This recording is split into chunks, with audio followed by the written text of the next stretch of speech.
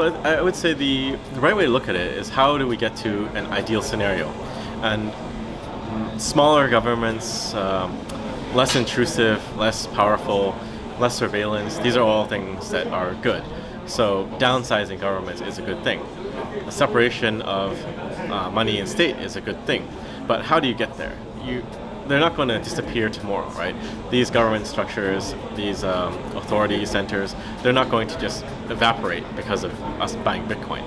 They're going to hang on. So the better way to do it is to educate them and work with them and show them how Bitcoin can benefit them.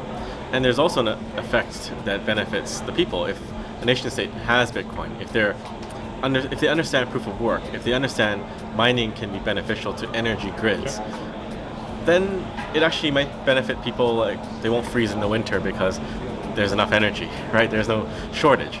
So I guess you have to balance it between the good and the bad.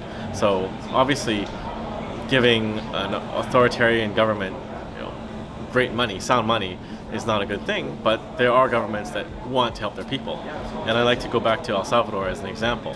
So President Bukele wants to help his people. Everything he's doing is for the long-term benefit of El Salvador and its people. So I would say it's worthwhile helping him. And if there's other countries that want to change things for the better, it's worth helping them too. The countries that are not interested in changing things, they're probably not going to touch Bitcoin anyways. Yeah. Or they might touch Bitcoin and take a wrong direction like the Central African Republic. But I would say if they're willing to learn and they're willing to engage, then we should definitely engage with them because there are second order benefits to Bitcoin adoption. It will make those countries a better place to live for the people there. Even if engaging with them means maybe faster adoption triggered by like centralized wallets like Chivo or stuff like that. Yeah, it's a difficult thing. Like non-custodial wallets are the right way to go, specifically with a full node, right? Yeah. Light wallets, I mean, there's a scale of optimization. Like, what is the most optimal situation, right? Most optimal situation is running your own full node with a wallet. Then light wallets, and then maybe custodial, and maybe better custodial wallets like Fedi, right? These things are on the way out. But it's difficult to just say everyone should run a full node and connect to satellite and be fully self-sovereign. There's going to be a path for people to get on board. Now, Chivo, I think, is a good thing because they onboarded a lot of people into Bitcoin. Whether you like that it's a centralized wallet, whether you like it's a government wallet, it's really beside the point. They've got 4 million people installed and potentially connected to the Bitcoin network. And they can learn and become full node runners down the road. Okay. So I would say, instead of going for the best optimal case, we should go for good enough and work from there to improve. Especially if you have an ally like El Salvador that's willing to do that, that's good. Like, what other country has even thought about rolling out a wallet, right? And Chivo actually has practical benefits too, which is it's zero fee conversions between Bitcoin and dollars, and it's connected to people's bank accounts. So it's actually a very, very handy on-ramp.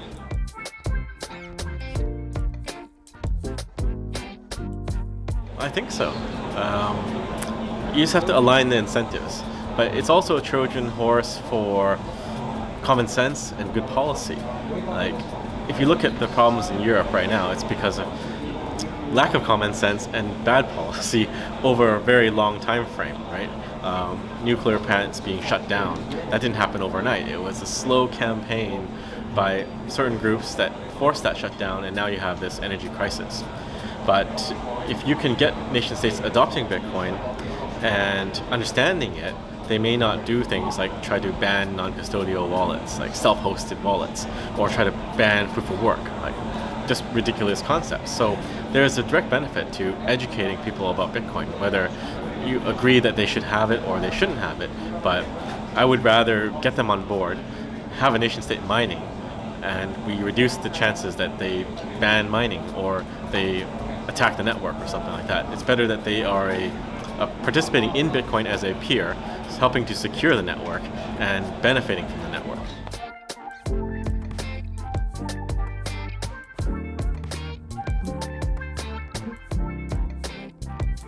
Right. So a lot of Bitcoiners, they don't like stable coins, but if you run an exchange, then you understand you need something to trade with to get Bitcoin, right?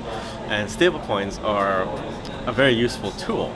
I don't know if they'll be around forever. Just like fiat currencies, I don't think will be around forever. Stable coins will not be around forever. It's just a transitionary mechanism to get us to hyper-Bitcoinization, because you can have a stable thing. I mean, fiat currencies are debasing constantly, but at least it's matched to that asset class, and it is in a crypto format. And the benefit of having that on Liquid is you have confidentiality, and effectively it's basically cash because of that confidential transaction. And it can't be frozen. So I would say Liquid Tether is probably the closest thing to eCash that there is, and giving people access to that in Aqua will help them get into Bitcoin eventually.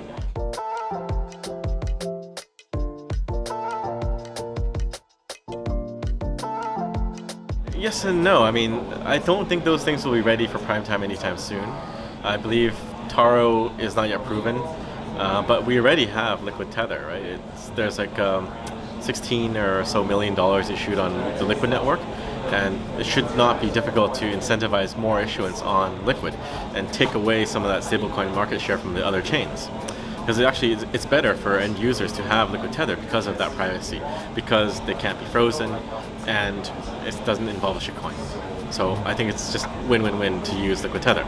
And it is needed, because if you're in the developing world, the last thing you want is to suffer a bear market with your money, right? You can barely survive, and you're going to be losing with Bitcoin.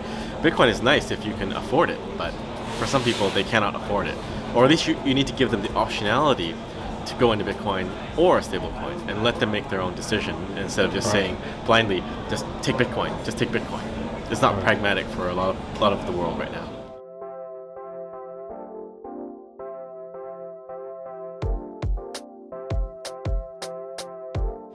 Prospera is still going. They're still building. They're very focused on actually creating the city there, right? But there are some headwinds. So the Honduran government doesn't seem to like ZAs, zones for economic development and employment. It's like the special economic zones. So there's some pushback there, and it's making it more difficult for Prosperan companies to operate, because they're not issuing tax IDs. So we actually set up an entity in Prospera just to go through the process. So we are aware that there are these headwinds, making it more difficult to operate there. But I think it's a matter of time, and they just have to keep on plowing ahead. Mexico has always been a challenging one, because they have a central bank. They do want to bring about financial inclusion, so it's just a matter of waiting for Senator India Campos to try to find the right time to present Bitcoin as the option. But again, Bitcoin price is always an influence on people's ability to engage on it, right? So when Bitcoin price is low, interest is lower, and it's not as much of a hot topic.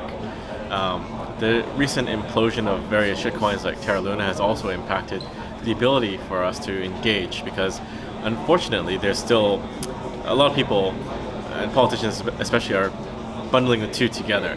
So it's crypto and Bitcoin, and it might be sensitive for them to be engaging about Bitcoin adoption when there's this big thing that just blew up and punched a $60 billion hole in the market. So that's a bit challenging.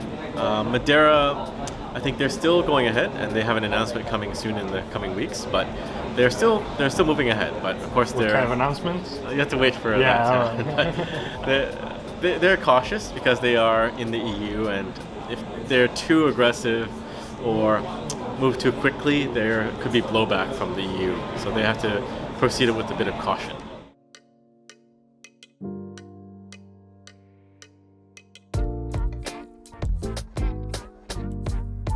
Yeah, it's quite disappointing. We had actually planned a trip to Central African Republic, but we canceled that because of the Sango coin. I can see where they're coming from. They wanted to make a big splash. They wanted to push Bitcoin adoption. They wanted to follow in El Salvador's footsteps, but then they made maybe a misstep and went with their own coin. But you can see why they wanted to do it. They wanted to raise capital effectively by using this coin. I don't know if it's going to be effective, but it's still to be seen what happens there. But I mean, there's two ways to look at it. One is that they're going into shitcoinery.